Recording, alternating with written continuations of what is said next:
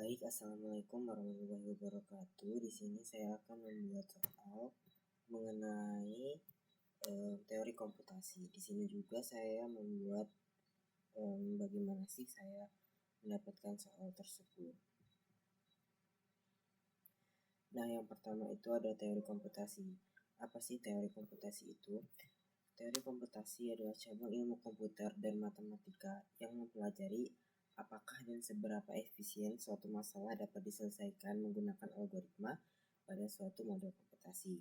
Nah, teori komputasi ini dibagi menjadi 3 bidang, yaitu teori otomata, teori komputabilitas, dan teori kompleksitas komputasi.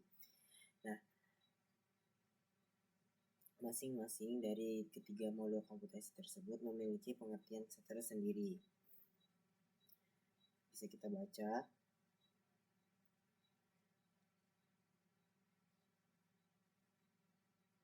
Selain itu juga, model komputasi dan konsep pentingnya itu ada beberapa contoh, seperti yang pertama itu mesin Turing atau Turing mesin, yang mana Turing mesin itu sendiri adalah sebuah model teoritis untuk komputasi yang digunakan untuk memahami apa saja yang dapat dan tidak dapat dihitung secara algoritmik.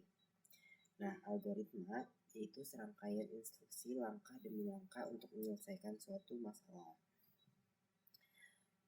Teori komputasi itu dapat diterapkan pada ilmu komputer, kecerdasan buatan atau AI, artificial intelligence, dan bidang lain seperti pada bidang fisika, biologi, kimia. Mungkin kita tanya seperti yang sudah dibahas sebelumnya. Model komputasi itu adalah bagaimana cara mesin, baik itu mesin nyata maupun abstrak, untuk memproses informasi. Kemudian masalah yang dapat diselesaikan komputer itu apa saja yang bisa dihitung atau tidak diputuskan secara algoritmik. Komputasi itu memiliki batasan. Yang pertama, ia tidak bisa masalah apa yang tidak bisa diselesaikan atau membutuhkan sumber daya yang terlalu besar seperti waktu, memori, dan lain-lain.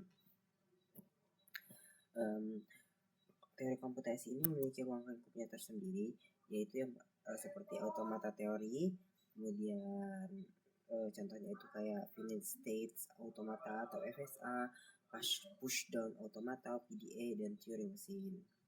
Nah, selain itu juga teori komputasi ini menggunakan bahasa formal, yang mana dia menghubungkan antara automata dan bahasa yang bisa dikenali atau dihasilkan. Di sini bisa sama seperti yang sebelumnya, contoh penerapannya. Nah, macam-macam teori komputasi itu bisa menggunakan teori bahasa formal, teori automata, teori komputabilitas, teori kompleksitas.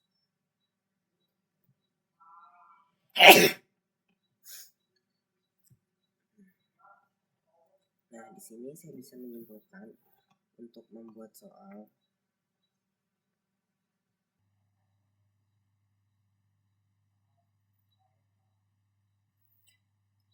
Oke, di sini saya telah membuat soal. Yang pertama itu adalah teori komputasi yang membahas tentang aturan pembentukan simbol dan struktur bahasa itu adalah apa.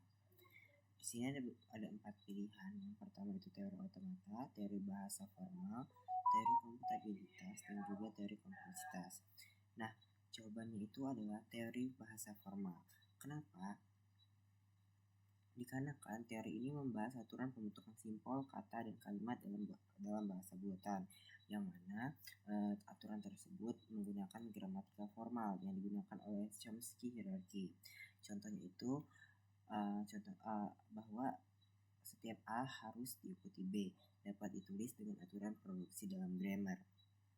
Nah, kenapa jawabannya itu? Dikarenakan pada soal itu menyinggung aturan pembentukan simbol dan struktur bahasa, sehingga jawaban yang paling tepat adalah teori bahasa formal. Kenapa bukan yang lain? Dikarenakan teori otomata itu fokusnya pada mesin abstrak, FSA atau PDA, teori mesin, yang mana otomata itu digunakan untuk mengenali bahasa, bukan untuk mendefinisikan aturan pembentukan bahasa. Nah, yang C itu kan teori komputabilitas, yang mana fokusnya teori ini fokus pada masalah apa yang tidak bisa diselesaikan oleh komputer. Contohnya itu halting problem hingga irreversible. Jadi gak relevan dengan pembentukan simbol dan struktur bahasa. Yang terakhir ada teori kompleksitas. Kenapa ini jawabannya tidak tepat? Dikarenakan teori ini membahas seberapa efisiensi suatu masalah itu bisa diselesaikan menggunakan waktu dan juga memori. Contohnya itu kelas P, NP, NP komplit, sehingga tidak ada hubungannya dengan pembentukan simbol dan struktur bahasa. Mungkin itu saja soal saya untuk materi teori komputasi. Saya akhiri, wassalamualaikum warahmatullahi wabarakatuh.